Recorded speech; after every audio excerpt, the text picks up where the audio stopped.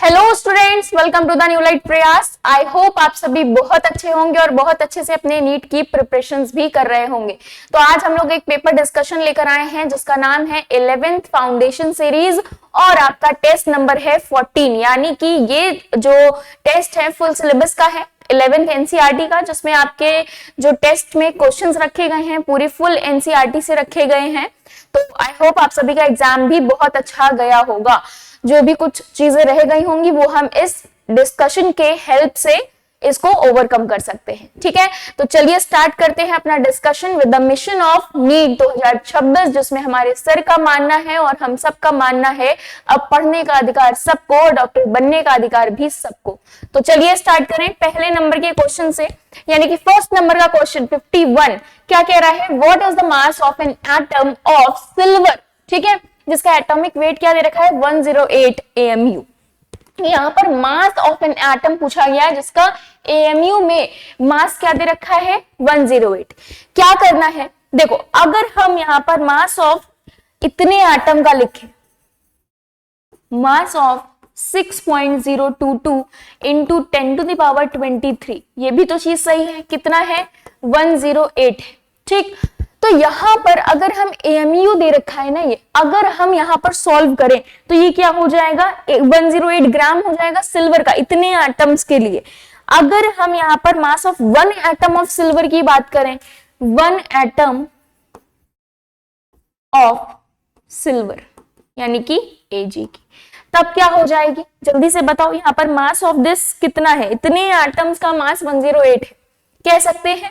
ठीक, उसके बाद ही कह रहा है mass of 1 atom of silver, तो यानी कि ये जो 108 है डिवाइड बाय 6.022 इंटू 10⁻23 हुआ।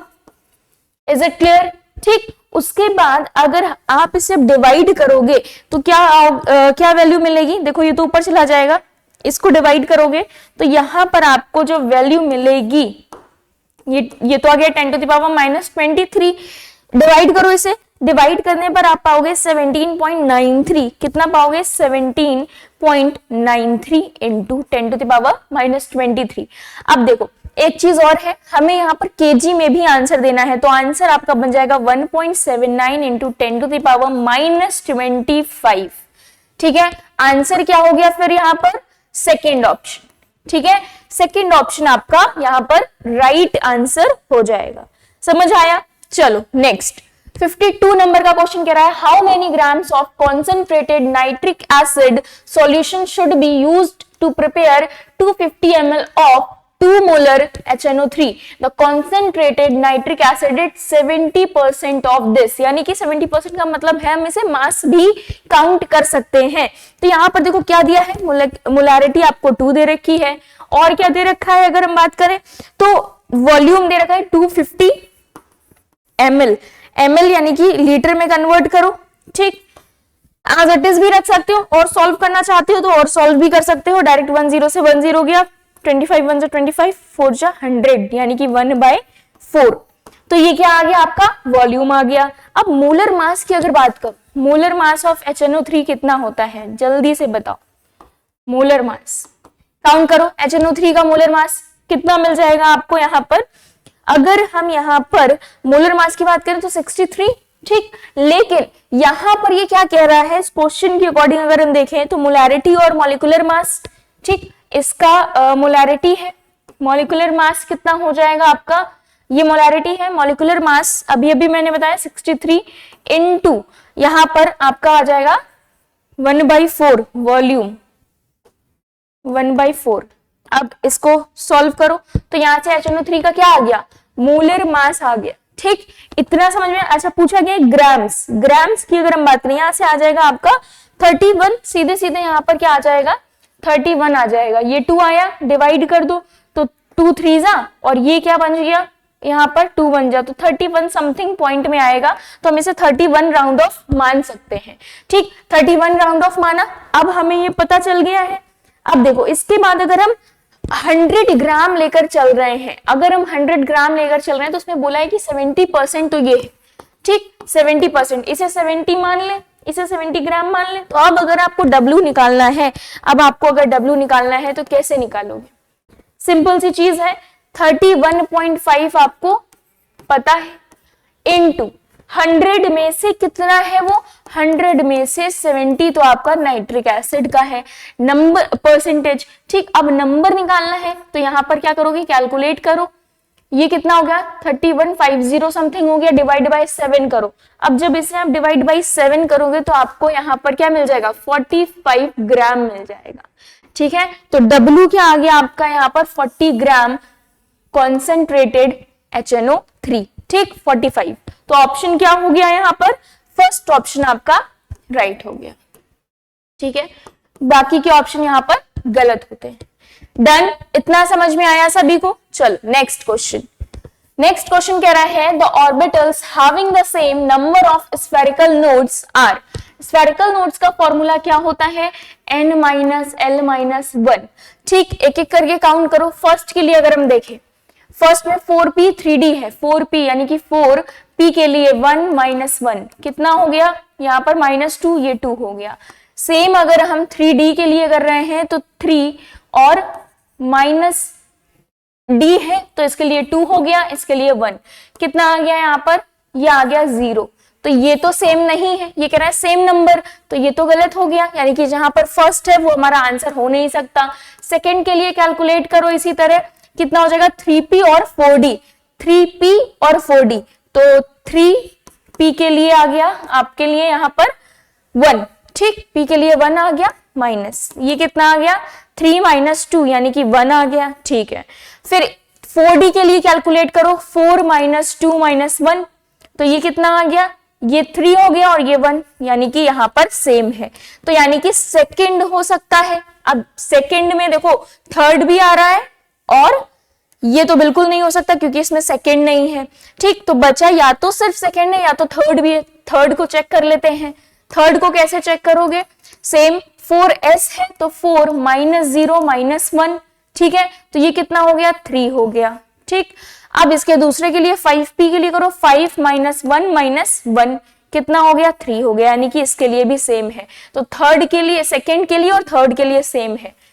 फोर्थ के लिए भी अगर आप निकालना चाह रहे हो तो निकाल लो, वैसे कुछ है नहीं यहाँ पर। ठीक है, क्योंकि हमें 2 भी आंसर मिल गया। पेयर अगर देखोगे तो इस हिसाब से आंसर हो जाएगा सेकंड एंड थर्ड, बाकी के ऑप्शन यहाँ पर गलत हो जाएंगे।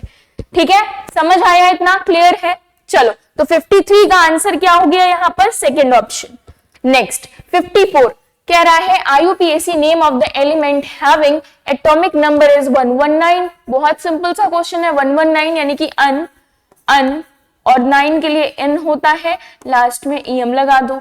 सिंबल भी दे रखा है तो u और e, ये सिंबल होना चाहिए। u e सिंबल सिर्फ यहीं पर मिल रहा है, तो ऑप्शन नंबर 4 राइट हो गया। ठीक है, फोर्थ ऑप्शन यहाँ पर राइट हो गया।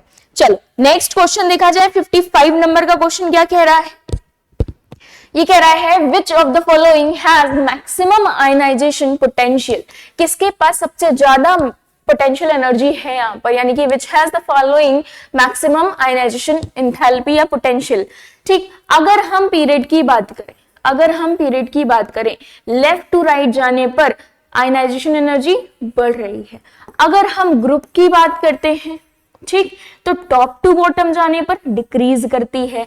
अब एलिमेंट्स को उठाकर देख लो, एलिमेंट्स देखो बेरिलियम, पोटेशियम, सोडियम, मैग्नीशियम है। तो सबसे पहले अगर हम देखें फर्स्ट लाइन में कौन आता है, हलीना की रब से फरियाद, यानी कि यहां पर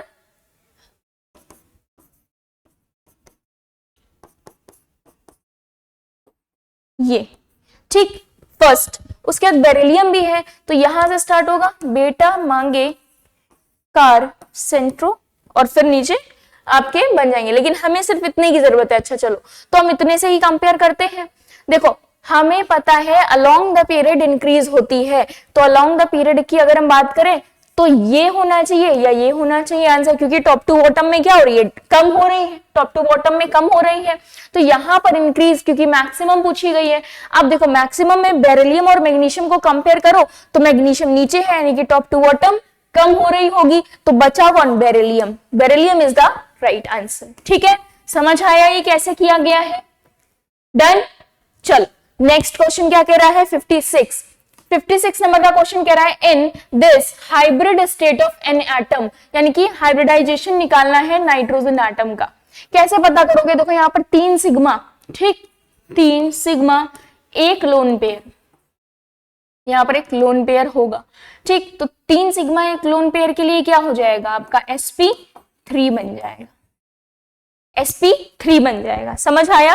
क्लियर है? यानी कि अगर हम नाइट्रोजन के वैलेंस शेल की बात करें तो 5 इलेक्ट्रॉन, जिसमें से 3 सिग्मा बॉन्ड बना रहे हैं और 2 जो है वो लोन पेयर की तरह बिहेव कर रहे हैं यहाँ पर, ठीक है। अब लोन पेयर का कॉन्जुगेशन भी नहीं हो सकता क्योंकि यहाँ पर कोई कॉन्जुगेशन की चीज ही नहीं है। तो आंसर क्या हो गया? 3 सिग्मा हो गया 1 लोन पेयर, यानी कि 4 के लिए क्या बन जाएगा? sp3। तो आंसर क्या हो गया? Second option sp3। नेक्स्ट 57 कह रहा है which molecule is not linear. अगर हम BeF2 की बात करें, ठीक, तो ये तो लीनियर होता है। BeH2 की बात करें, ये भी लीनियर होता है। CO2 की बात करें तो ये भी लीनियर होता है। H2 की बात करें अगर हम, तो यहां पर H2 जो होता है आपका बेंट शेप होता है, ठीक है, यहां पर बेंट शेप हो जाएगा। 2 2 4 2 6, यहां पर 2 2 4, ठीक। ये क्या बना लेता है? बेंट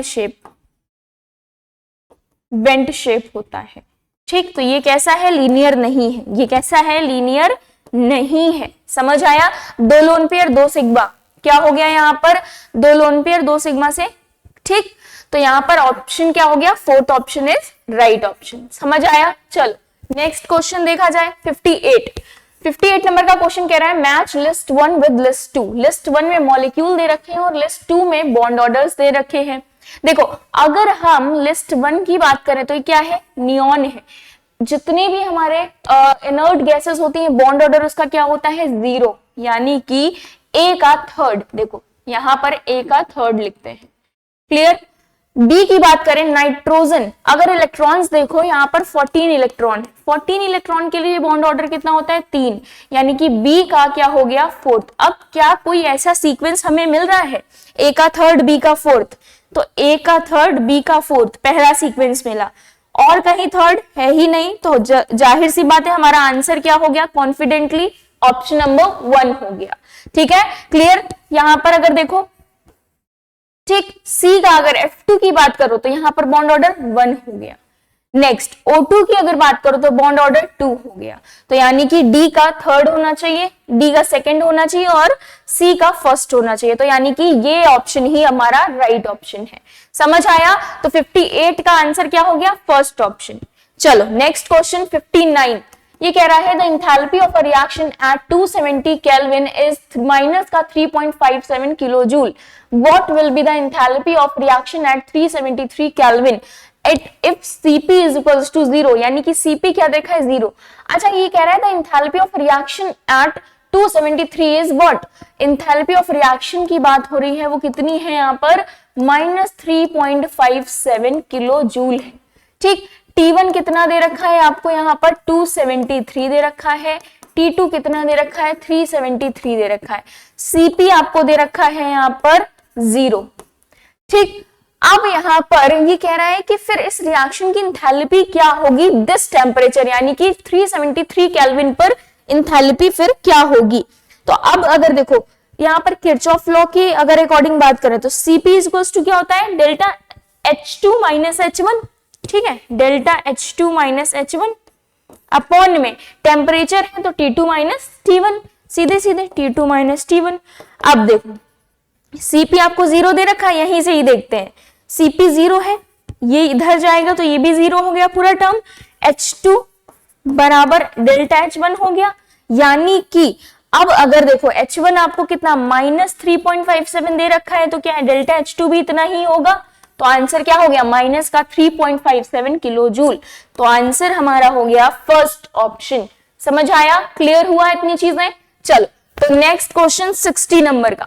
ये क्या कह रहा है? फॉर द रिएक्शन N2O2, यहाँ पर रिएक्शन हो रही है, 2NO बन रहा है। The equilibrium constant eight is K1, यानी कि जो इक्विलिब्रियम कांस्टेंट है for this reaction is K1। The equilibrium constant is K2 for the reaction is this. अब कह रहा है what is the K for this reaction, यानी कि इस रिएक्शन के लिए K क्या होगा। चलो समझते हैं, यहाँ पर 3 इक्वेशन बनेगी, ठीक है। एक एक इक्वेशन को अगर हम समझे, पहली रिएक्शन क्या है, N2 प्लस O2 और NO फॉर्म हो रहा है, ठीक है। N2 प्लस O2 और हमें क्या मिल रहा है, 2NO।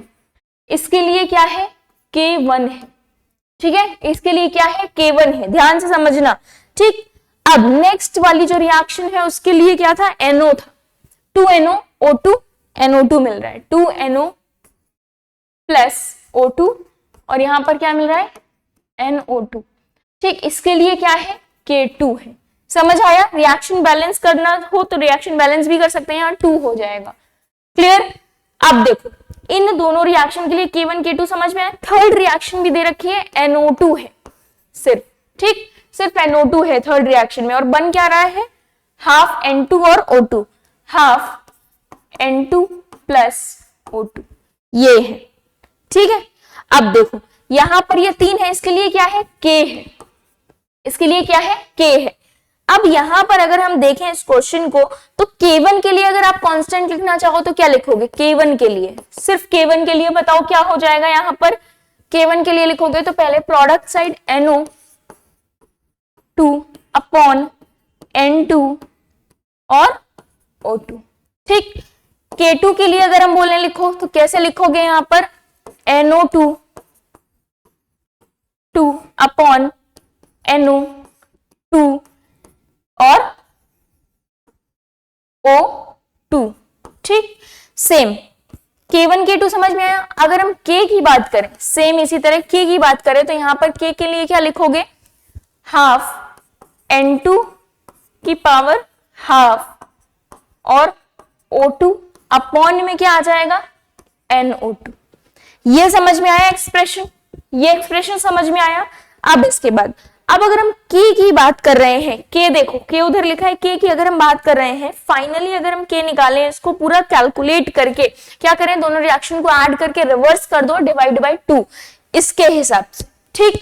तो यहां पर क्या बनेगा, देखो तब यहां पर आपका under root of, under root क्यों, वहां से हाफ हटाया, under root of N2 O2, ठीक है, N2 O2, ठीक, और फिर मल्टीप्लाइड बाय NO2 और O2, ठीक, NO2 और O2, क्लियर। यहां पर क्या हो जाएगा, NO2 और NO का स्क्वायर है, ये क्या हो जाएगा, NO स्क्वायर, और ये हो जाएगा O2।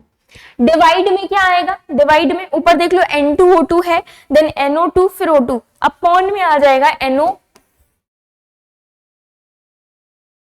और इनटू में क्या आ जाएगा, यहां पर इनटू में NO2 2, ठीक। ये बना आपका इक्वेशन। अब इस हिसाब से अगर आप देखोगे, अब इस हिसाब से सॉल्व करो, ये क्या माना था आपने, ये क्या माना था, जो जो माना था सीधे सीधे क्या रखते जाओ, वैल्यूज रखते जाओ, ठीक। वैल्यूज रखोगे तो ये बन जाएगा 1 अपॉन K1 K2, ये बन जाएगा, ठीक। तो K की वैल्यू क्या आ गई, 1 अपॉन K1 K2। अब रूट हटा दो, अगर रूट हटाना चाहो तो 1 अपॉन K1 K2 और क्या हो जाएगा, हाफ हो जाएगा, ठीक। तो यहां पर क्या आ जाएगा, हाफ आ जाएगा पूरे का। अब देखो हमारा आंसर कौन सा होगा, 1 अपॉन 2 K1 K2, 1 अपॉन क्या आया था, K1 K2 हाफ, ये आया है। तो आंसर कौन सा मैच कर रहा है, फोर्थ तो नहीं होगा, थर्ड, फर्स्ट भी नहीं है, थर्ड है, इसका मतलब थर्ड आंसर यहां पर राइट आंसर हो जाएगा। समझ आया। चलो नेक्स्ट क्वेश्चन देखते हैं, 61 नंबर का क्वेश्चन क्या कह रहा है, पढ़ो। अब यहां पर ये जो 61 नंबर का क्वेश्चन कह रहा है, सिल्वर क्रोमेट जो है, ये सिल्वर क्रोमेट दे रखा है, the unit of solubility product यानी कि KSP of silver chromate will be, क्या होगी, KSP पूछिए। अगर हम इसकी रिएक्शन देखें Ag2CrO4, अब इसकी रिएक्शन देखो तो यहाँ Ag प्लस में टूटेगा, 2 आ गया, ठीक, प्लस CrO4 है ना, CrO4 2 माइनस, ठीक है, तभी तो जाकर ये इस तरह से बना। ये रिएक्शन समझ में आई, ठीक। अब इसके लिए KSP लिखना है, अगर इतना रिएक्शन समझ में आई ना सभी को, 2Ag प्लस 2 और यहां पर क्या हो जाएगा, Cr2O4 2 माइनस, क्लियर। इतना समझ में आया। अब देखो KSP कैसे लिखेंगे इसके लिए, पहले अगर देखो पहले 0 पर अगर हम देखें तो दोनों में कुछ नहीं था। फर्स्ट की अगर बात करें यहाँ S हो गया और इसके लिए 2S हो गया। सेम यही करो, Ag और CrO4 2 माइनस रखोगे तो इसके लिए 2S हो गया, मल्टीप्लाई कर दो S, ठीक, ये 2 है तो स्क्वायर कर दो तो कितना हो गया 4, 4s स्क्वायर इंटू S तो कितना हो गया 4s क्यूब।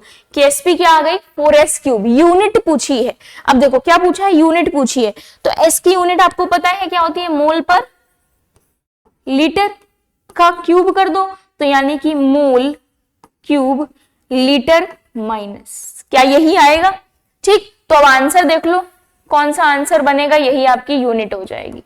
तो आंसर होगा आपका इस हिसाब से सेकेंड ऑप्शन, सेकेंड ऑप्शन यहां पर राइट हो जाएगा। 61 का second answer is the right answer, ठीक है। चल नेक्स्ट 62 नंबर का क्वेश्चन कह रहा है 1 chlorobutane and 2 chlorobutane are position isomers, chain isomers, geometrical isomers या रिंग चेन आइसोमर्स। अब 1 क्लोरोब्यूटेन की बात करो और 2 क्लोरो, तो यहाँ पर देखो जो क्लोरोब्यूटेन है उसमें पोजीशन चेंज हो रही है, क्लोरीन पहले 1 पर लगा है और दूसरे वाले में क्लोरीन 2 पर लगा है, दूसरे वाले कार्बन पर क्लोरीन लगा है, यहाँ पर पहले ही कार्बन पर क्लोरीन लगा है, तो ये क्या हो गया पोजीशन आइसोमर्स हो गए, ये क्या हो गए पोजीशन आइसोमर्स हो गए। समझ आया, क्लियर है। चलो नेक्स्ट 63, ये कह रहा है sulphonation, nitration and halogenation of benzene are example of, ये पूरी लाइन एनसीईआरटी में दे रखी है। सल्फोनेशन, नाइट्रेशन और हेलोजिनेशन ऑफ जो होते हैं ऑफ बेंजीन किसके एग्जांपल होते हैं, ये होते हैं इलेक्ट्रोफिलिक सब्स्टिट्यूशन रिएक्शन के, इन्हें शॉर्ट फॉर्म में हम ESR भी बोलते हैं, ठीक, ESR भी बोला जाता है। तो आंसर क्या होगा, देखो इलेक्ट्रोफिलिक एडिशन दे रखा है यानी कि ये गलत हो गया, यहाँ पर तो न्यूक्लियोफिलिक है, ये भी गलत है, फ्री रेडिकल नहीं, ये है fourth option electrophilic substitution reaction, यानी कि फोर्थ ऑप्शन ही राइट ऑप्शन है। समझ आया, इतना क्लियर हुआ। चलो नेक्स्ट क्वेश्चन की अब अगर हम बात करें 64 नंबर का क्वेश्चन क्या है, pure methane can be produced by, यानी कि प्योर मीथेन हमें किससे मिल रही है, वुड से नहीं मिलेगी, ये इवन नंबर देगा, कोलबे के लिए भी सही यही चीज है, ये हायर नंबर ऑफ एल्केन्स देता है, मीथेन की बात हो रही है, कोलबे नहीं होगी, ठीक, रिडक्शन ऑफ एल्कीन से भी नहीं मिलेगी, प्योर मीथेन नहीं मिलेगी, ठीक। सोडा लाइम बची, सोडा लाइम डिकार्बोक्सिलेशन से हमें प्योर मीथेन मिलती है। कैसे मिलती है, देखो यहाँ पर हम सोडियम एसिटेट CH3COO कि सोडा लाइम से रिएक्शन करवाते हैं NaOH से, तो यहां पर क्या होता है कार्बन डाइऑक्साइड गैस और इसके साथ यहां पर ये वाला जो H है मिल जाता है, क्या बना लेता है मीथेन बना लेता है, और बाकी बचा हुआ पार्ट Na2CO3 बन जा लेता है, ठीक, Na2CO3। समझ आई ये चीज, इतना क्लियर हुआ। चलो नेक्स्ट क्वेश्चन की तरफ बढ़े, तो प्योर मीथेन हमें किससे मिली, सोडा लाइम डिकार्बोक्सिलेशन से, ठीक है। तो option number 3 is right option. चलो नेक्स्ट क्वेश्चन देखते हैं 65, ये कह रहा है the treatment of CH3MgX with propyne produces, यानी कि हम प्रोपाइन का रिएक्शन करवा रहे हैं किससे, ग्रिगनार्ड रिएजेंट से यहां पर रिएक्शन करवा रहे हैं। तो प्रोपाइन की अगर बात करो H, ठीक, ये आपका प्रोपाइन हो गया। समझ आया। अब देखो ये प्रोपाइन किसके साथ रिएक्ट कर रहा है, CH3MgX के साथ, तो यहां पर हमें मिलता है मिथेन, क्या मिलता है मिथेन मिलता है, ठीक। अब देखो ये जो CH3 है यहाँ पर H से जुड़ जाएगी तो हमें मिथेन मिल जाएगा, बचा हुआ पार्ट क्या हो जाएगा इससे जाकर जुड़ जाएगा, कैसे CH3 यहाँ पर हो जाएगा C, ये H हट गया और इससे ही आकर जुड़ गया कौन CH3MgX, ठीक है, क्या जुड़ गया CH3MgX। क्लियर, तो इतना समझ में आया सभी को, आंसर क्लियर है, ट्रिपल बॉन्ड ये आ गया और ये MgX। क्लियर, तो क्या बना पहले मिथेन बना, फिर CH3C और ट्रिपल बॉन्ड CMgX। क्लियर, चलो आगे बढ़े नेक्स्ट क्वेश्चन की तरफ, तो आंसर क्या हो गया मिथेन, ठीक है 65 का।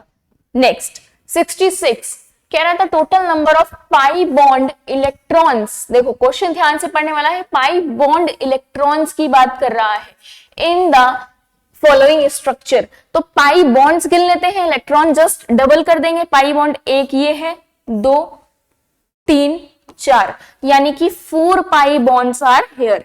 ठीक, अब 4 पाई बॉन्ड हैं तो इलेक्ट्रॉन्स कितने हुए, जस्ट डबल, तो 8 इलेक्ट्रॉन्स होंगे। ठीक, 8 पाई इलेक्ट्रॉन्स होंगे, इस तरह से हम लिख सकते हैं। ठीक, तो ओवरऑल नंबर क्या आ गया, 8 आ गया, 8 इलेक्ट्रॉन्स। आंसर क्या हो गया, फर्स्ट ऑप्शन। ठीक है, फर्स्ट ऑप्शन यहां पर राइट हो गया। इतना क्लियर है, समझ आ रहा है। तो क्वेश्चन नंबर हम लोगों का कौन सा है, 66। चलो नेक्स्ट क्वेश्चन पढ़ो। नेक्स्ट क्वेश्चन क्या कह रहा है यहाँ पर, ये बोल रहा है the mass of carbon present in 0.4 mole of K4FeCN6 is, यानी कि कार्बन का मास यहां पर पूछा गया है किस कंपाउंड में, K4FeCN6 में। ठीक, कार्बन कितने हैं, नंबर काउंट कर लो, 6 कार्बन है। 6 के लिए इस पूरे का हमें मास बताओ कितना है, K4FeCN का कैलकुलेट करो। इसका मास कैलकुलेट करोगे तो आपको कुछ 368 ग्राम पर मोल मिलेगा, 368 ग्राम पर मोल। ठीक, ये इसका क्या है, मास है। अब देखो 1 मोल में इतने ग्राम है, ये क्या है, 1 मोल के लिए है, 1 मोल के लिए। अगर हम बोले 0.5 मोल के लिए बताओ तो क्या बताएंगे, 368 को क्या कर देंगे, डिवाइड कर देंगे 1/368 इंटू 0.5 मोल अपॉन 1। ठीक, तो ये क्या बन गया, कैलकुलेट करो, ये आपका क्या बन जाएगा, 0.5 है। जब आप कैलकुलेट करोगे तो ये कुछ आ जाएगा 184 समथिंग, 184 आ गया। यानी कि अब हमें पता है 0.5 मोल में इतने यहां पर हमें मिल रहे हैं ग्राम।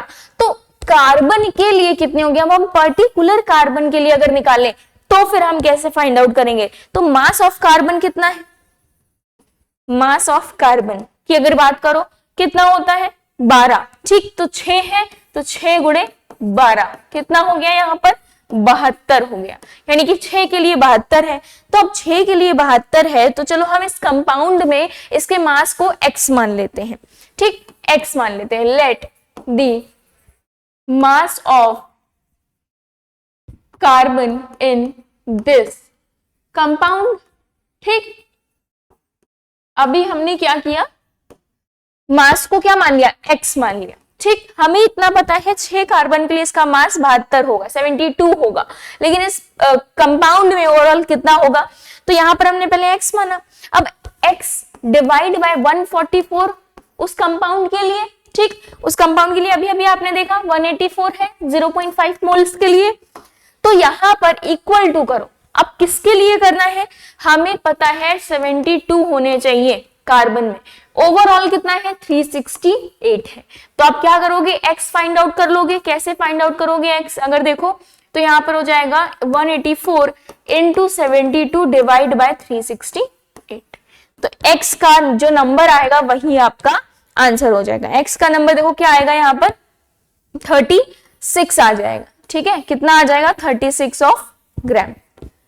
क्लियर, समझ आया इतना, यहां तक की चीजें क्लियर है। यानी कि 36 ग्राम पर मोल राइट आंसर हो जाएगा। तो अब ऑप्शन देख लेते हैं, ऑप्शन क्या है, 36 ग्राम, फोर्थ ऑप्शन इसका आपका राइट हो जाएगा। क्लियर, चल नेक्स्ट क्वेश्चन देखा जाए। नेक्स्ट क्वेश्चन क्या कह रहा है, 68, ये बोल रहा है what is the mole fraction of the solute in 1 molal aqueous solution. 1 molal, molality दे रखी है 1.00। ठीक, मोल फ्रैक्शन काई पूछा गया है आपसे of this solute in a 1 molal of aqueous solution. कोई एक्वस सॉल्यूशन है जिसका आपको यहाँ पर मोल फ्रैक्शन फाइंड आउट करना है, मोलैलिटी ऑलरेडी दे रखी है। अब देखो, अगर मोलैलिटी हमें दे रखी होती है तो हम क्या करते हैं, जब हमें मोलैलिटी यहाँ दे रखी है तो सॉल्यूट के हमें यहाँ पर मोल फ्रैक्शन निकालने हैं। सॉल्यूट के मोल फ्रैक्शन कैसे निकालोगे, मोलैलिटी अपॉन, देखो यहां पर number of mole of solute होते हैं जो कि मोलैलिटी के फॉर्म में दे रखे हैं। नीचे कर देखें number of mole of solute, ठीक same, plus number of mole of, यानी कि पूरे सॉल्यूशन के होते हैं ना मोल, तो यहाँ पर सॉल्यूट के तो हमें पता है, सॉल्यूशन अगर हम वाटर लेकर चल रहे हैं तो क्या हम इसे 1000 डिवाइड बाय 18 मान ले, ठीक, सॉल्वेंट इतना मान ले रहे हैं 18, उसका मोलर मास मान लिया, ठीक। तो ये हो गया 1 प्लस, अब देखो मोलैलिटी हमें दे रखी है 1 प्लस 1000 डिवाइड बाय 18। अब क्या हम सॉल्यूट के मोल फ्रैक्शन निकाल सकते हैं यहां से? बिल्कुल निकाल सकते हैं।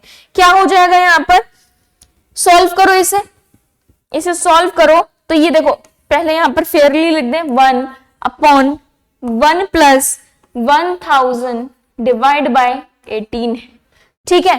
इसको और सॉल्व करोगे जब आप, तो ये बनेगा 18/10, ये क्या, यहां पर डायरेक्टली अगर एलसीएम भी लोगे तो ये 1018 समथिंग आएगा, ठीक, लाइक दिस कुछ आपको वैल्यू मिलेगी यहां पर।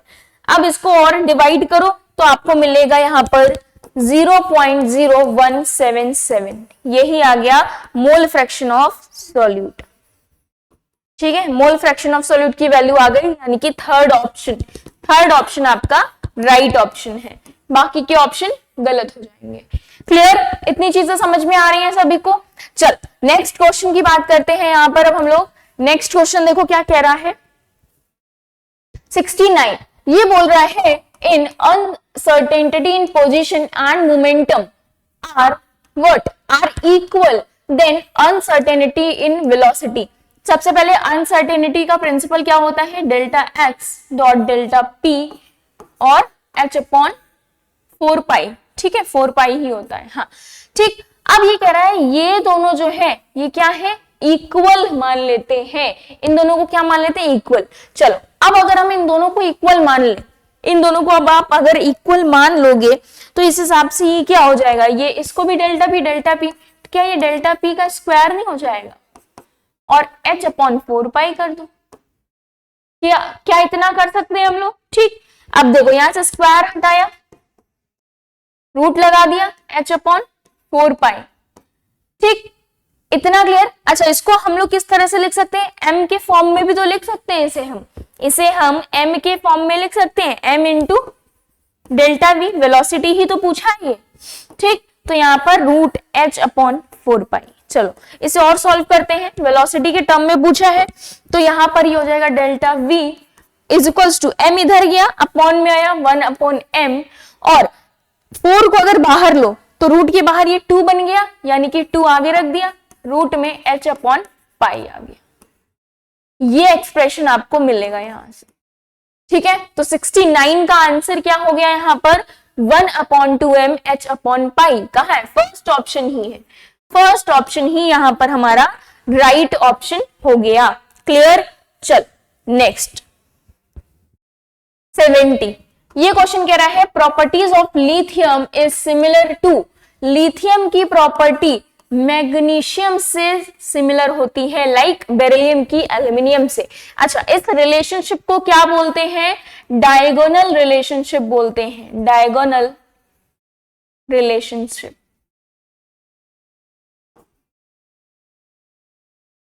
ठीक है, डायगोनल रिलेशनशिप। क्या हो गया आंसर, मैग्नीशियम, बाकी के ऑप्शन यहां पर गलत हो गए। Second option is right option, तो 70 नंबर का क्वेश्चन का आंसर क्या है, सेकेंड ऑप्शन है। चल 71 नंबर का क्वेश्चन कह रहा है in which of the following arrangement the order is not correct according to the property indicated against it. यानी कि यहाँ पर कुछ प्रॉपर्टीज दे रखी हैं और एलिमेंट्स दे रखे हैं, तो बताना है इनमें से कौन है जो गलत है, ठीक। अब इंक्रीजिंग इन साइज की बात करो तो जितना हमारा कैटायन होता है उससे अगर हम एनायन की बात करते हैं तो एनायन आयनिक रेडियस है यहाँ पर, तो एनायन की रेडियस ऑलवेज ज्यादा होगी। आपने एक चीज भी देखी होगी यहाँ पर सबसे कम होती है, अगर हम देखें सबसे ज्यादा लिखें, अगर सबसे ज्यादा से अगर हम एक नॉर्मल जनरल कॉन्फ़िगरेशन भी बनाते हैं तो यहाँ पर इसकी सबसे ज्यादा, ठीक, फिर उससे ज्यादा होगी आपकी पेरेंट एटम की, फिर सबसे कम होगी आपकी कैटायन की। तो ये सीक्वेंस याद रखना, ठीक है, ये सीक्वेंस होता है आयनिक रेडियस के लिए। तो अगर देखो तो फ्लोरीन की यहाँ पर रेडियस ज्यादा होगी, ये तो करेक्ट है। पूछा क्या है, incorrect. Increasing ionization energy of first ionization energy की बात हुई है, तो कह रहा है यहां पर कह रहा है कि नाइट्रोजन की ज्यादा होगी, ऑब्वियस सी बात है। नाइट्रोजन का अगर कॉन्फ़िगरेशन देखो 1s2 2s2 2p3, ठीक, कितना होता है यहाँ पर 7। अगर P को देखोगे तो ये हाफ फिल्ड है, क्या है, हाफ फिल्ड है, और हाफ फिल्ड से इलेक्ट्रॉन्स निकालना बहुत बड़ी बात होती है, बहुत ज्यादा आयनाइजेशन एनर्जी रिक्वायर्ड होगी, तो इट मींस ये ऑर्डर भी सही है। इंक्रीजिंग ऑफ इलेक्ट्रॉन एफिनिटी की अगर हम बात करें तो यहां पर अगर हम हेलोजन ग्रुप की बात करते हैं तो सबसे ज्यादा क्लोरीन की होती है 349 ओवरऑल हमारी पीरियोडिक टेबल में इलेक्ट्रॉन एफिनिटी, ठीक। अब अगर यहां पर आप देखो पूरा ग्रुप दे रखा है, नीचे जाने पर कम होती जाती है ये, तो ये भी हमारा राइट आंसर है। बचा क्या, फोर्थ ऑप्शन, यही हमारा ये क्या हो जाएगा, ये राइट है, बट पूछा क्या गया है, देखो पूछ रहा है कि नॉट करेक्ट, तो नॉट करेक्ट फोर्थ आंसर हो जाएगा, यही राइट आंसर होगा। कह रहा है increasing ionization energy, ionization energy की बात करो, देखो यहाँ पर रेडियस की बात है तो ये गलत हो जाएगा। आयनाइजेशन एनर्जी यहाँ पर तो और कम हो जाएगी, क्योंकि क्या होगा, न्यूक्लियस से ये दूर हो जाएगा। रुबिडियम की अगर आप बात करो तो रुबिडियम के अगर कॉन्फ़िगरेशन को देखो तो टॉप टू बॉटम जाने पर साइज बढ़ रहा है, जब साइज बढ़ रहा है तो जाहिर सी बात है वो न्यूक्लियस से दूर होगा, तो वहां पर इलेक्ट्रॉन निकालना आसान होगा इन कंपैरिजन विद दिस। तो आंसर क्या हो गया, यही हमारा नॉट करेक्ट हो गया, इंक्रीजिंग आयनाइजेशन एनर्जी। तो यहां पर ऑर्डर उल्टा होना चाहिए, आयनाइजेशन एनर्जी का जो इंक्रीजिंग बोल रहे हैं ना, यहां पर ज्यादा नहीं होगी, यहां पर तो कम होगी, ठीक है, क्लियर। चलो नेक्स्ट 72 नंबर का क्वेश्चन कह रहा है oxidation number of each bromine in tribromo octa oxide. Tribromo octa oxide का फॉर्मूला होता है Br3O8, ठीक। अब ये कह रहा है ऑक्सीडेशन नंबर किसका बताना है, ब्रोमीन का बताना है, तो इसके लिए हमें क्या करना पड़ेगा, इसका स्ट्रक्चर समझना पड़ेगा। इस तरह से 3 ब्रोमीन लगे हुए हैं, ठीक है। अब यहां पर डबली बॉन्डेड कार्बन लगे, ऑक्सीजन लगे हुए हैं, ये सेम यहां पर स्ट्रक्चर ये भी फॉलो होगा, और इसके साथ यहां पर इस तरह से, ठीक। ये है आपका स्ट्रक्चर किसका, ट्राइब्रोमो ऑक्टा ऑक्साइड का, क्लियर, ये है फॉर्मूला। अब देखो ईच ब्रोमीन पर क्या बोला गया है, यहां पर ईच ब्रोमीन पर बोला है ऑक्सीडेशन नंबर, यहां पर -2, यहां पर -2, यहां पर -2, ये ऐड होकर क्या बन गए, +6 बन गए, ठीक। यहां -2 होगा, यहां -2 होगा, ये ऐड होकर +4 बन गए। यहां सेम इसके जैसा कॉन्फ़िगरेशन होगा, -2 -2 -2 +6 बन गया। तो यानी कि ऑर्डर क्या आया ब्रोमीन के ऑक्सीडेशन नंबर का, +6, +4, +6, यही आपका आंसर होगा, ये आपका आंसर होगा। तो आंसर नंबर 4 यहां पर राइट हो जाएगा, ठीक है, 4th answer is the right answer. Next question 73 number का क्वेश्चन कह रहा है फॉर द रेडॉक्स रिएक्शंस, यहां पर ये रिएक्शन दे रखी है और बोला गया है इसको बैलेंस कर, ठीक। The correct coefficients of the reactants for the balanced reaction are, MnO4 के लिए जो यहां पर करेक्ट कोफिशिएंट होगा, ये रिएक्शन बनेगी कैसे, देखो हम बता रहे हैं क्या बनेगी ये रिएक्शन। ये रिएक्शन आपकी बनेगी कुछ इस तरह से, 2MnO4 माइनस, ये दे रखी है एनसीईआरटी के एग्जाम्पल में दे रखी है, ठीक। उसके बाद यहाँ C2O4 है ना, C2O4 और 2 माइनस, तो यहां पर लग जाएगा आपका 5, ठीक। उसके बाद यहां पर प्लस, अगर हम बात करें H प्लस की तो H आपके आ जाएंगे 16H प्लस, ठीक। अब यहां पर Mn+2 plus CO2 plus H2, clear, ये रिएक्शन इतनी क्लियर हुई। चलो, तो यानी कि आंसर क्या हो गया इसके लिए, फिर यहां पर 2, 5, हमें अभी इससे मतलब नहीं है, पूछा ये गया था सिर्फ इसके लिए, तो 2, 5 और 6 ये एनसीईआरटी का ही एग्जाम्पल है, 2, 5, 16, ऑप्शन नंबर 1 राइट हो गया, ठीक है। चलो नेक्स्ट 74 नंबर का क्वेश्चन पढ़ो, कह रहा है 1 mole of a gas occupying 3 decimetre cube expands against a constant external pressure of 1 atm to volume of 13 litre, find work. W पूछा गया है। प्रेशर कितना दे रखा है यहाँ पर? एक्सटर्नल प्रेशर है आपका, अगर देखा जाए 3 डेसीमीटर क्यूब, और ये क्या बोल रहा है? 1 मोल N दे रखा है इज इक्वल्स टू 1 मोल, और वॉल्यूम आपको दे रखा है 13 लीटर। 13 लीटर। अब कह रहा है W बताओ।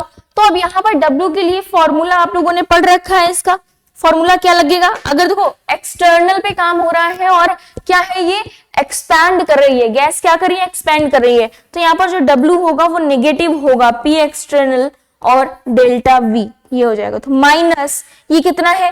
3 दे रखा है, तो यहाँ पर क्या कर दो अगर, अच्छा 1 मिनट, ये देखा है गैस ऑक्यूपाइंग, ये तो वॉल्यूम है, प्रेशर कहाँ है? ये वॉल्यूम दे रखा है। क्या कर रहा है ये? यहाँ पर 3 से 13 expends against the constant external pressure of 1 atm, देखो P1 दे रखा है, ठीक, P1 atm और वॉल्यूम ऑफ 13 लीटर, ठीक। तो कितना एक्सपेंड कर रहा है? P अगर यहां पर लिखोगे तो आपका 1 बन जाएगा। डेल्टा V की बात करो तो 13 माइनस 3 कितना बन गया? ये यहां पर 10, तो माइनस का 10 आ गया आपका answer, atm decimetre cube. First option यहां पर राइट हो गया, ठीक है। नेक्स्ट क्वेश्चन, ये कह रहा है entropy of an adiabatic reversible process के लिए क्या होगा? बताओ। Entropy of an adiabatic reversible process है, एडियाबैटिक है यानी कि Q0, रिवर्सिबल प्रोसेस है तो यानी कि यहां पर अगर हम देखें तो यहां पर कांस्टेंट बनी रहेगी, एंट्रोपी क्या होगी? कांस्टेंट बनी रहेगी, ठीक है। Entropy will be constant for this situation. चलो नेक्स्ट क्वेश्चन की बात करते हैं। 76 ये बोल रहा है degree of ionization of water at 25 degree Celsius is. यहाँ पर डिग्री ऑफ आयनाइजेशन अल्फा की बात हो रही है, पूछा जा रहा है क्या होगा। तो अगर हम वाटर का आयनाइजेशन देखें H प्लस OH माइनस, ठीक, सिंपल, ये इतना पता है। अगर हम H प्लस की बात कर रहा है तो कितना हो गया? C अल्फा, डिग्री पूछा है। अब देखो यहां पर अल्फा निकालना है तो ये क्या हो गया? H प्लस इधर चला गया, तो ये कितना है? 10 टू द पावर -7 मांग सकते हैं क्योंकि 25 डिग्री सेल्सियस दे रखा है, ठीक। तो ये हो गया 10 टू द पावर -7, अपॉन आ जाओ, ठीक। अब अपॉन में अगर आप लिखोगे तो वाटर के लिए 55.5 हो गया, ठीक है, 55.5 कॉन्सेंट्रेशन अगर 1 मानकर लेकर चल रहे हो, ठीक। आप देखो अब इसे सॉल्व करो, ये बन गया आपका 1.8 इंटू 10 टू द पावर -7, क्या बन गया? 10 टू द पावर -7 बन गया, ठीक है, 10 to the power -7। Percent of की अगर हम बात करें, परसेंट ऑफ अल्फा की, तो परसेंटेज अल्फा की बात करोगे तो बन जाएगा ये 1.8 इंटू 10 टू द पावर -7%, यानी कि आंसर आ गया सेकेंड ऑप्शन, ठीक है। सेकेंड ऑप्शन यहां पर राइट हो गया। नेक्स्ट 76 का second is the right answer, ठीक है। नेक्स्ट 77 कह रहा है for 10 to the power -m molar S3PO3 if alpha is 10% then find out the value of pH। pH की वैल्यू आपको फाइंड आउट करनी है। अल्फा आपको दे रखा है 10%, यानी कि परसेंट वैल्यू दे रखी है, मोलैरिटी आपको दे रखी है 10 टू द पावर -3, ठीक है। फाइंड आउट करना है pH की वैल्यू।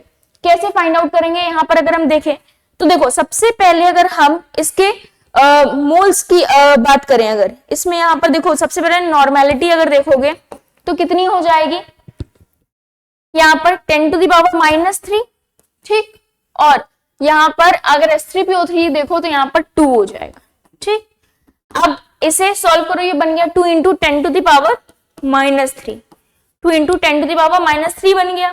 सेम इसी तरीके से जैसे पहला क्वेश्चन सॉल्व किया था तो H प्लस के लिए अगर अल्फा देखोगे तो C अल्फा हो गया, ठीक।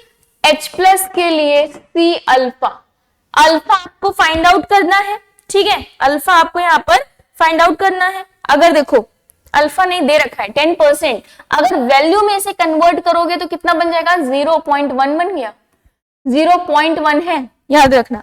तो यहां पर C आपको दे रखा है, ये है 0.1। C मतलब कॉन्सेंट्रेशन कितनी दे रखी है, जल्दी से बताओ। यहाँ पर कॉन्सेंट्रेशन 2 दे रखी है, तो ये कितना हो गया 2। ये कितना आ गया आपका 2 आ गया। 2 इंटू 10 टू द पावर -3 अभी अभी आपने निकाली है, ठीक। तो ये बन गया 2 इंटू 10 टू द पावर -4, ठीक।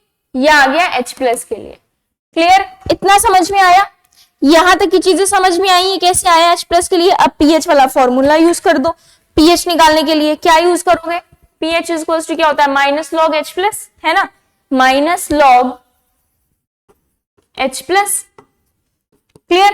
अब H+ की वैल्यू रखोगे -log 2 into 10 to the power -4, तो यहां पर फॉर्मूला लगा दो। pH कैसे पता चलेगी, इंटू -4 लिख रहे हो, ठीक। तो यहां पर -log 2 आ जाएगा, माइनस क्या बन जाएगा log 10 to the power -4, log 10 to the power -4, क्योंकि मल्टीप्लाई में है माइनस हो जाएगा। log 2 की वैल्यू यहां पर रखोगे तो 0.30 होती है, ठीक। 3010 माइनस log 10 -4, log 10 -4 यहां पर इसको फिर से लिखोगे तो 4 log 10 आ जाएगा। log 10 1 हो गया, तो ये आ गया 4। माइनस करो कितना आएगा 0.3010 में से 4 माइनस करो, pH आपको मिल जाएगा। जब आप इसे माइनस करोगे तो आपको pH मिलेगी 3.7। कितनी मिलेगी 3.7, तो यही आपकी pH हो गई 3.7, यानी कि फर्स्ट आंसर यहां पर राइट आंसर है। क्लियर। चल नेक्स्ट क्वेश्चन करते हैं जल्दी से। 78 नंबर का क्वेश्चन कह रहा है 100 ml of 0.1 m acetic acid is mixed with 100 ml of यहाँ पर 0.0 m NaOH, then the pH of solution will be Ka of acetic acid is 10 to the power -5 दे रखा है, ठीक। Ka आपको दे रखा है। यहाँ पर सबसे पहले इनकी रिएक्शन लिखो। एसिटिक एसिड रिएक्ट कर रहा है NaOH के साथ, ठीक है। सॉल्ट बना यहाँ पर CH3 COO Na plus water, ये बन, ठीक। अब इनके मिली मोल्स की अगर आप बात करो तो यहाँ पर 100 ml दे रखा है। मिली मोल्स की बात करो और मोलैरिटी भी दे रखी है, तो 100 इंटू 0.1, ठीक। सेम अगर हम किसके लिए बात करें, NaOH के लिए बात करो तो कितना हो जाएगा 100 दे रखा है ना, मिक्स्ड विद 100 ml ऑफ 0.05, ठीक। अब इसे कैलकुलेट करो, ये कितना बन गया। यहां पर जब आप इसे कैलकुलेट करोगे तो ये बन गया समथिंग 10, और नेक्स्ट वाला बन गया आपका क्या 5 बन गया, 5 बन गया, ठीक। सेम अगर इसी तरह इसको करोगे तो यहां पर देखो ये क्या है, लिमिटिंग रिएजेंट मिल गया ना, ये लिमिटिंग रिएजेंट मिल गया, तो यानी कि यही यहां पर बन रहा होगा, तो इसके लिए भी 5 हो गया, इसके लिए भी 5 हो गया। अब ओवरऑल 10 - 5 करोगे तो मिलेगा 5 ना, 5 मिला। अब देखो यहां पर pH वाला फॉर्मूला लगा दो। क्या लगा दोगे, pH इक्वल्स टू pKa, और लॉग यहां पर आपका सॉल्ट अपॉन एसिड होता है, तो लॉग सॉल्ट के लिए भी 5 है, एसिडिक एसिड के लिए जो हमारा एसिड होता है उसके लिए भी 5 है। pKa निकाल लोगे, log 1 हो गया 0, तो pKa इक्वल्स टू pH, यानी कि pH 5 निकालिए तो pKa कितनी आ गई 5 आ गई, pKa भी 5 हो गया, तो आंसर क्या हो गया 5। आंसर क्या हो गया 5, यानी कि फोर्थ ऑप्शन यहाँ पर राइट ऑप्शन है, बाकी के ऑप्शन आपको यहाँ पर गलत साबित होते हैं। चलो नेक्स्ट क्वेश्चन देखा जाए। 79 नंबर का देखो क्वेश्चन क्या कह रहा है, the IUPAC name for the given compound. आपको एक कंपाउंड दे रखा है, आप देखो सारे हेलोजेंस यहाँ पर अटैच्ड है, तो नंबरिंग हमारी यहां से स्टार्ट होगी 1 2 3 4 देन 5 और 6, ठीक। अब देखो 1 पर क्लोरो है, ठीक, 1 क्लोरो और 2 पर ब्रोमो है, 3 पर फ्लोरो, 4 पर यहाँ पर 5 पर आयोडो है, तो यानी कि 1 पर ब्रोमो नहीं है, ये गलत हो गया। 2 पर ब्रोमो है, ठीक है। 1 क्लोरो, अल्फाबेट के अनुसार अगर चलोगे तो ब्रोमीन पहले लिखोगे ना, तो 2 ब्रोमो 1 क्लोरो 3 फ्लोरो 5 आयोडो बेंजीन, यानी कि सेकंड ऑप्शन यहाँ पर राइट हो जाएगा, तो बाकी के ऑप्शन गलत हो गए, ठीक। ये क्यों गलत हुआ, क्योंकि 1 पर फ्लोरो नहीं है, 3 पर फ्लोरो है इसलिए गलत हो गया, 1 पर ब्रोमो नहीं है, 2 पर ब्रोमो है इसलिए ये गलत, सेकेंड ऑप्शन राइट हो गया। नेक्स्ट 80 नंबर का क्वेश्चन क्या कह रहा है, how many sigma and pi bonds are present in this compound. तो सिंपली पाई बॉन्ड काउंट कर लो, तो यहाँ पर 3 बॉन्ड है, 2 पाई यहां से मिल गए और 1 पाई यहां से मिल गया, तो यानी कि 3 पाई बॉन्ड है। अब देखो ऑप्शन जहां पर 3 पाई है यानी कि सेकेंड ऑप्शन राइट ऑप्शन हो गया, और कोई ऑप्शन है ही नहीं। अगर और कोई ऑप्शन सेम होता तो हम सिग्मा बॉन्ड भी काउंट करते हैं इसे एक्सपैंड करके, ठीक, तो यही हमारा राइट आंसर हो गया। चलो नेक्स्ट 81 नंबर का क्वेश्चन कह रहा है, यहां पर देखो ये कंपाउंड दे रखा है, एक ये कंपाउंड दे रखा है। अब ये कह रहा है कि ये चेन आइसोमर्स है, फंक्शनल आइसोमर्स है, या आइडेंटिकल है, या पोजीशन आइसोमर्स है। अगर देखो तो यहाँ पर ये आइडेंटिकल है, बस मेथिल को इधर कर दिया गया है और यहाँ पर एथाइल समूह है उसको इधर कर दिया, पलट दिया गया है, तो ये क्या है, आइडेंटिकल है। ये क्या है, आइडेंटिकल है। क्लियर, समझ आ रहा है इतना, यहां तक की चीजें क्लियर है।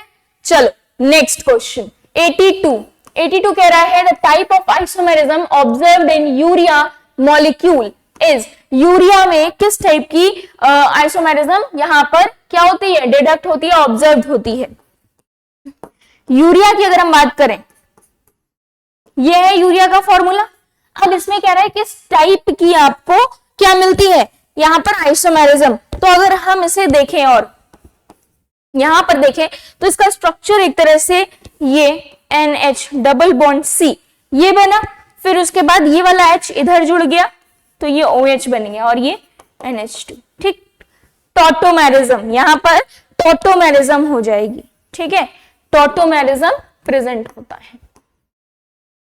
नेक्स्ट 83 क्या कह रहा है, the hybridization states of the nitrogen atoms in pyridine, piperidine and pyrrole are respectively. pyridine की बात करो तो यहाँ देखो कितने सिग्मा है, अच्छा नाइट्रोजन की बात कर रहा है ये, ठीक, तो नाइट्रोजन देखो 1, 2 और 3, ठीक। नाइट्रोजन की बात अगर ये कर रहा है तो नाइट्रोजन में अगर देखोगे तो 2 सिग्मा 1, 2 और 1 लोन पेयर, तो 2 sigma plus 1 lone pair.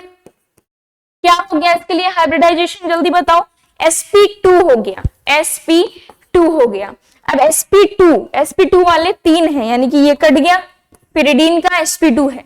Next यहां देखो 1 सिग्मा ये है, 2 3 सिग्मा है, ठीक, प्लस 1 लोन पेयर है, 1 लोन पेयर यानी कि ये हो गया sp3। ये क्या हो गया, sp3, sp2 sp3 ये भी कट गया।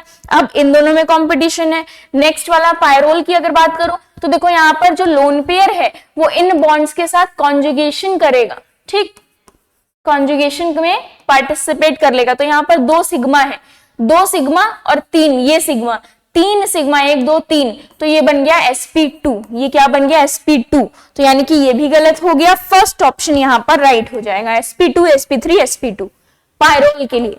क्लियर है, समझ आया। तो इसका आंसर क्या हो गया यहाँ पर, इसका आंसर हो गया फर्स्ट ऑप्शन, ठीक है, फर्स्ट ऑप्शन। नेक्स्ट 84 कह रहा है, anti Markovnikov addition of HBr is not observed in, यानी कि एंटी मार्कोनिकॉफ एडिशन जो होता है वो किसमें ऑब्जर्व नहीं किया जा सकता है, ब्यूटीन 2इन में, यानी कि ब्यूट 2इन में। यही हमारा राइट आंसर है, एनसीईआरटी में आपको दिख जाएगा। क्लियर, चलो नेक्स्ट 85 कह रहा है, alkene give bromination reaction with formation of which among the following reaction intermediates. तो इसमें इंटरमीडिएट्स किसमें मिलेंगे, अगर इन रिएक्शंस की अगर हम बात करें तो देखो अगर हम देखें तो यहाँ पर ब्रोमियम आयन मिलेगा, ठीक, और आंसर की अगर हम बात करें तो यहाँ पर जो 85 का आंसर आपका बनेगा वो आपका हो जाएगा 4th वन, यानी कि साइक्लिक ब्रोमियम आयन मिलेगा, ठीक है, साइक्लिक ब्रोमियम आयन यहाँ पर मिलेगा, ठीक है। तो 85 का 4th answer is right. Next 86 कह रहा है, प्रोपाइन रिएक्ट विद Br2 और वाटर के साथ, तो यहाँ पर रिएक्शन क्या होगी, प्रोपाइन रिएक्ट कर रहा है किसके साथ, यहाँ पर ब्रोमीन के साथ। तो अगर हम प्रोपाइन की रिएक्शन करवाएं, ठीक, अगर हम प्रोपाइन की यहाँ पर रिएक्शन करवाएं, इस तरह से लिखते हैं, रिएक्शन आसान लगेगी, ठीक। अब देखो यहां पर क्या होगा, सबसे पहले यहां पर प्रोपाइन रिएक्ट कर रहा है ब्रोमीन के साथ, ठीक, सबसे पहले क्या मिलेगा, अगर ये ब्रोमीन और वाटर के साथ रिएक्ट कर रहा है, यहां पर वाटर भी लिख लेते हैं।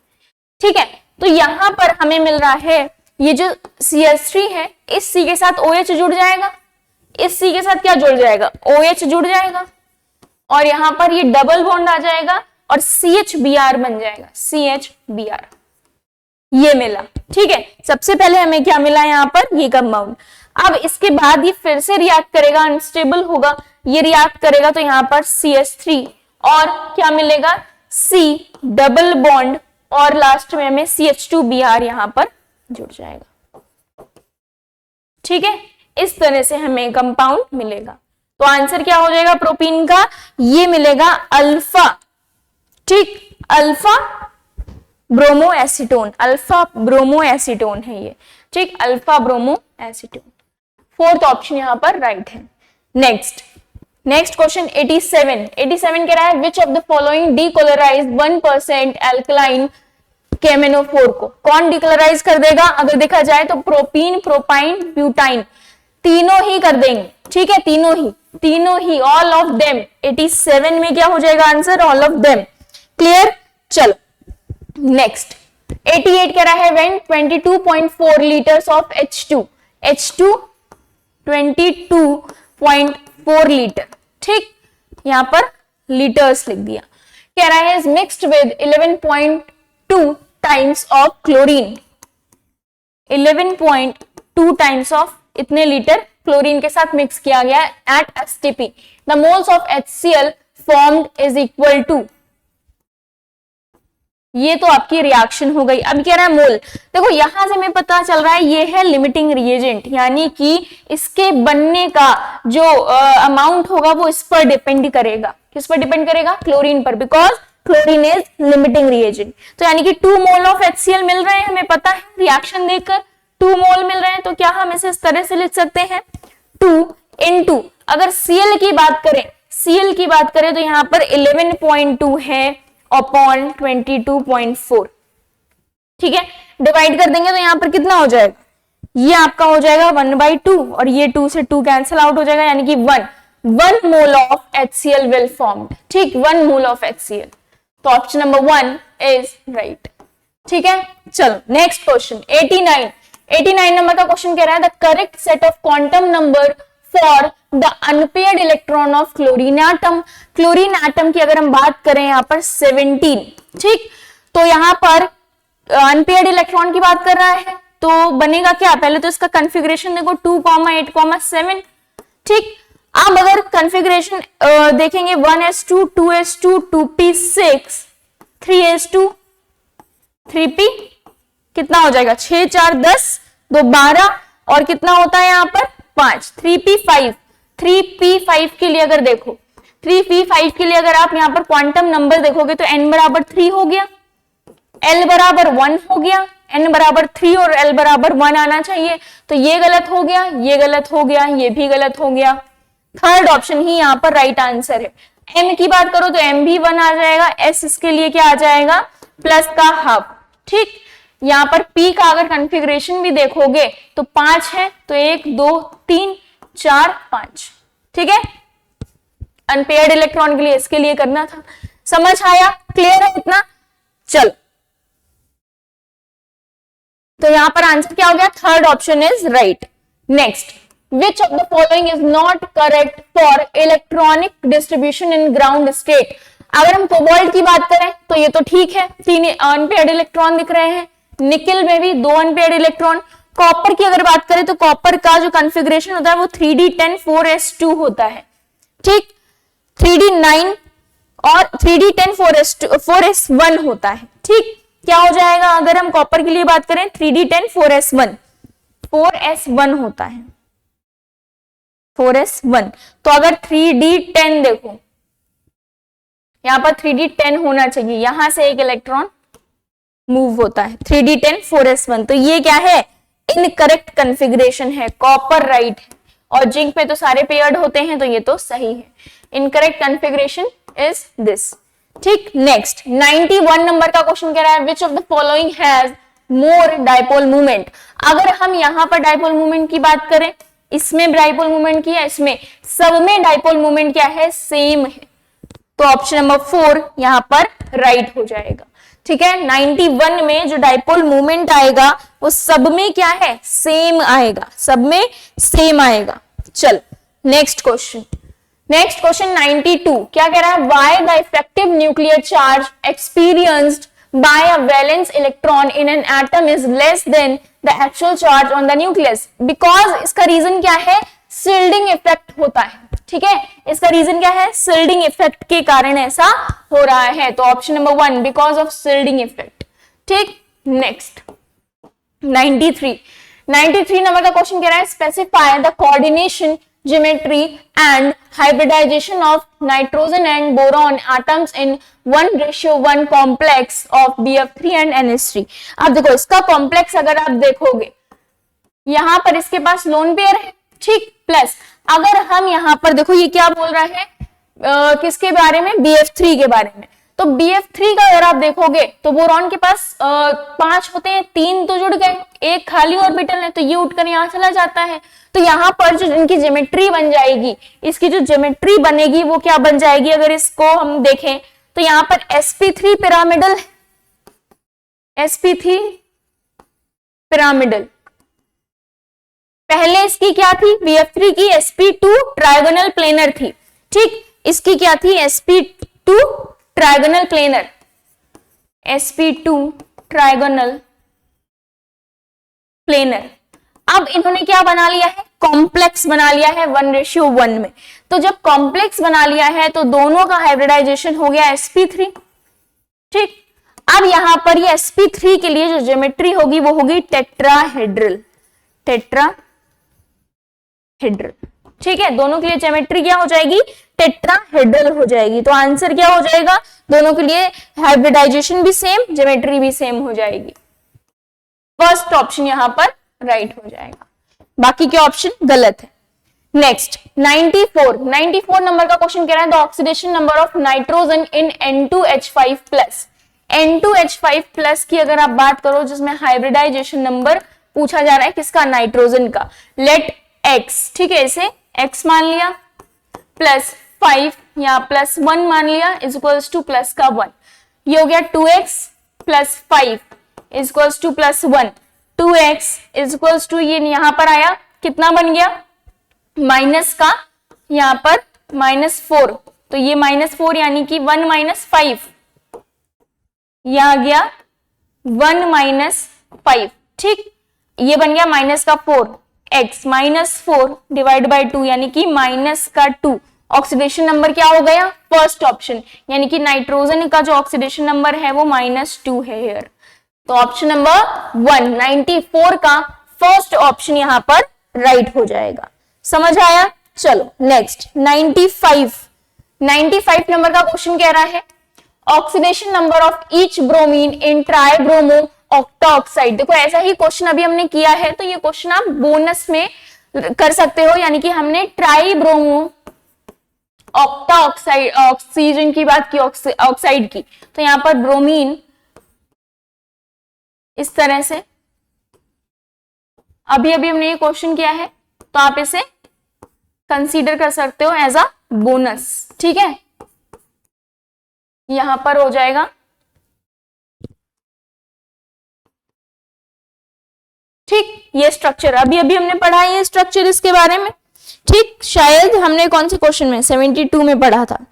ठीक है, तो यहां पर कितना हो जाएगा, ये -2, ये -2, ये -2 +6, यहाँ पर +4, यहाँ पर +6, तो आंसर हो गया फोर्थ ऑप्शन, बाकी के ऑप्शन गलत है। नेक्स्ट 96 नंबर का क्वेश्चन कह रहा है, match the column 1 with column 2 for the oxidation state of the central atom. Central atom के लिए ऑक्सीडेशन स्टेट आपको निकालनी। ठीक, सबसे पहले Cr2O7 की अगर हम यहां पर फाइंड आउट करें, 2- सेंट्रल एटम बना क्रोमियम, तो 2x + 7 - 2 is equals to -2। Find out कर लो, ये हो गया 2। ठीक, -14 इज इक्वल्स टू -2, ये उधर गया प्लस में, कितना बन गया, ये x है। ठीक, ये कितना बन गया, प्लस में गया है ना, तो यानी कि प्लस में गया है तो यहाँ पर माइनस होगा, तो 2x is equals to 12, x is equals to 6। तो इसके लिए क्या आनी चाहिए, डी, फर्स्ट का डी। फर्स्ट का डी देखो आप इन दोनों ऑप्शन में, यानी कि ये और ये ऑप्शन गलत होते हैं, ठीक है, ये ऑप्शन गलत होते हैं। अब देखो नेक्स्ट MnO4 की अगर बात करो, MnO4 माइनस x मान लिया plus 4 minus 2 is equals to minus 1। यहां पर हो गया माइनस का 8 इज इक्वल्स टू माइनस 1, ये उधर चला गया, यानी कि माइनस 1 प्लस 8 कितना बन गया, ये प्लस का 7। प्लस का 7 कहां है, सेकंड का ई। अब देखो फर्स्ट का डी, सेकंड का ई, दोनों कॉमन है। चलो थर्ड देख लेते हैं, VO3 माइनस, ठीक, x3 minus 2 minus 1, x minus 6 is equals to minus 1, x is equals to minus 1 और ये हो गया प्लस 6, तो कितना बन गया ये, यहां पर 5 प्लस का C, यानी कि B हो गया। तो थर्ड का B कहां पर है, अगर हम देखें थर्ड का C, सॉरी 5 आया है ना, थर्ड का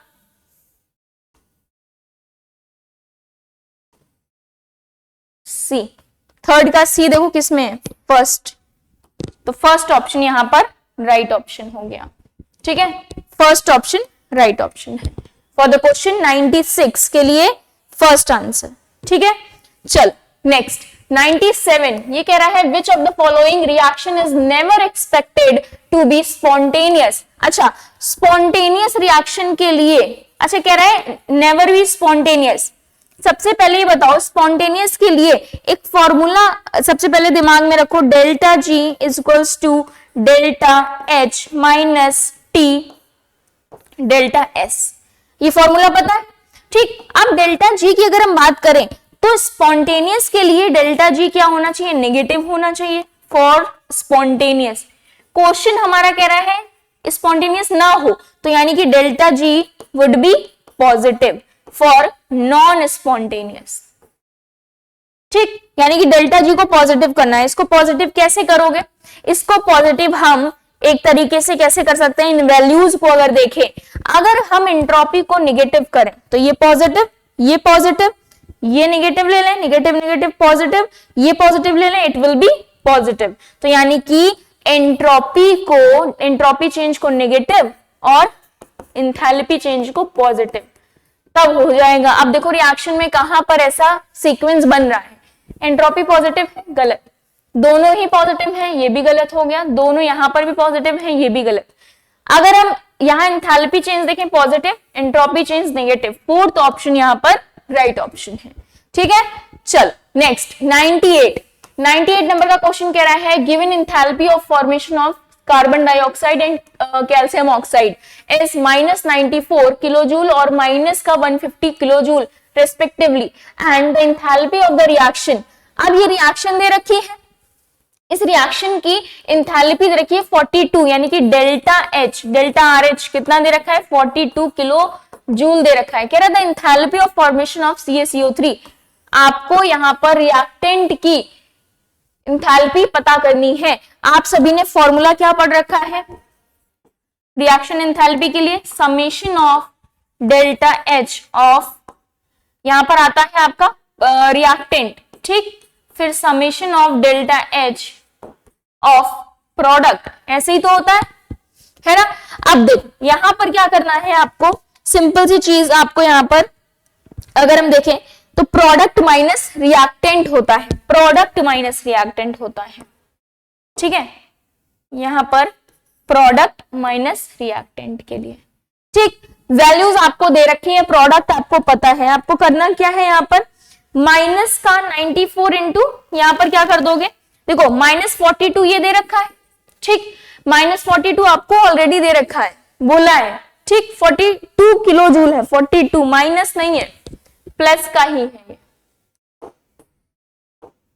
ठीक, इक्वल टू, अगर हम प्रोडक्ट देखें, प्रोडक्ट क्या बन रहे हैं, प्रोडक्ट अगर आप देखोगे तो पहले तो माइनस का 152 रख दोगे और माइनस का 94 रख दोगे और ये आपको x मान लो, इतना लंबा ना लिखना पड़े इसलिए आप इसे क्या मान लो, x मान लो, ठीक। तो यहां पर ये क्या हो जाएगा -246 और ये हो गया 42, जब ये इधर आएगा तो माइनस में आएगा, तो ऐड कर दोगे, ठीक, इसे ऐड कर दोगे, इस वाली बात को कर रहे हैं, ठीक। तो ये कितना हो गया 882 माइनस 288, क्या ऑप्शन दे रखा है, बिल्कुल सही। तो फोर्थ ऑप्शन यहाँ पर राइट ऑप्शन हो जाएगा। तो CaCO3 की फॉर्मेशन एंथैल्पी क्या हो जाएगी, माइनस का 288 किलो जूल।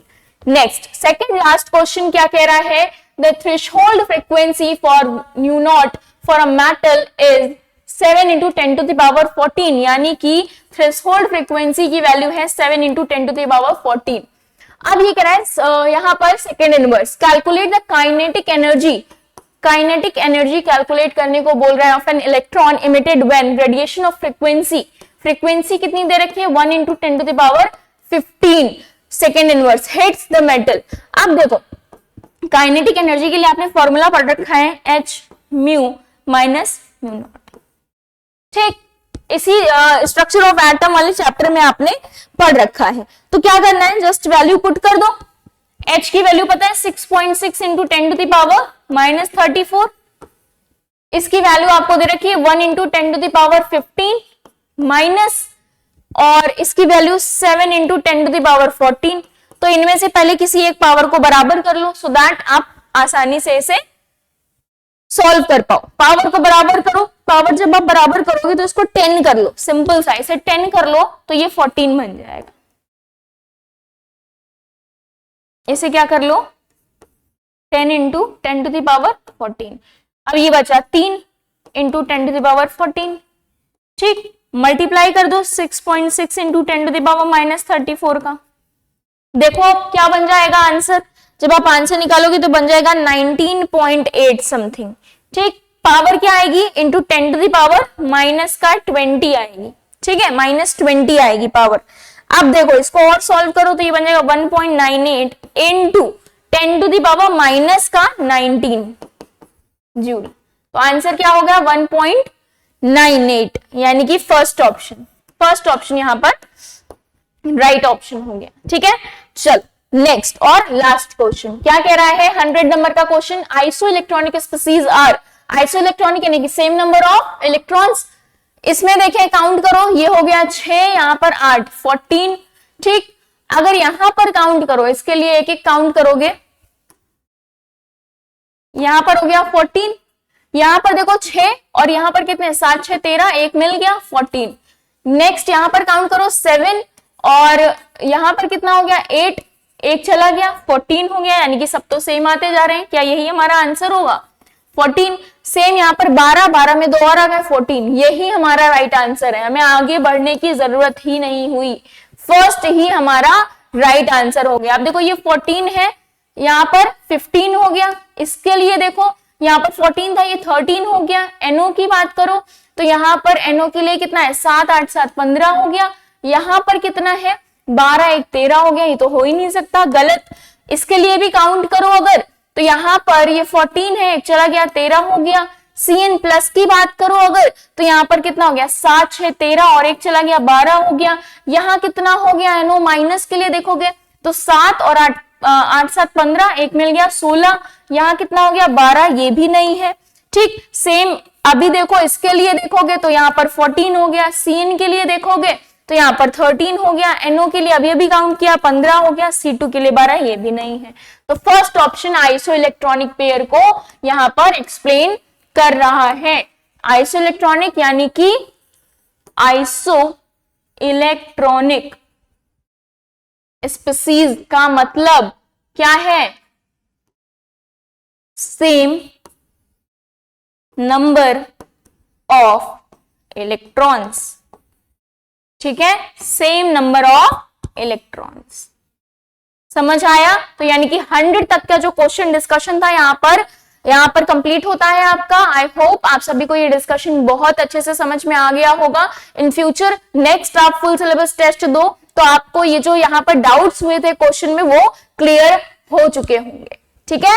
चलिए तो मिलते हैं अपने नेक्स्ट पेपर डिस्कशन में, तब तक के लिए बाय बाय, टेक केयर और थैंक यू सो मच।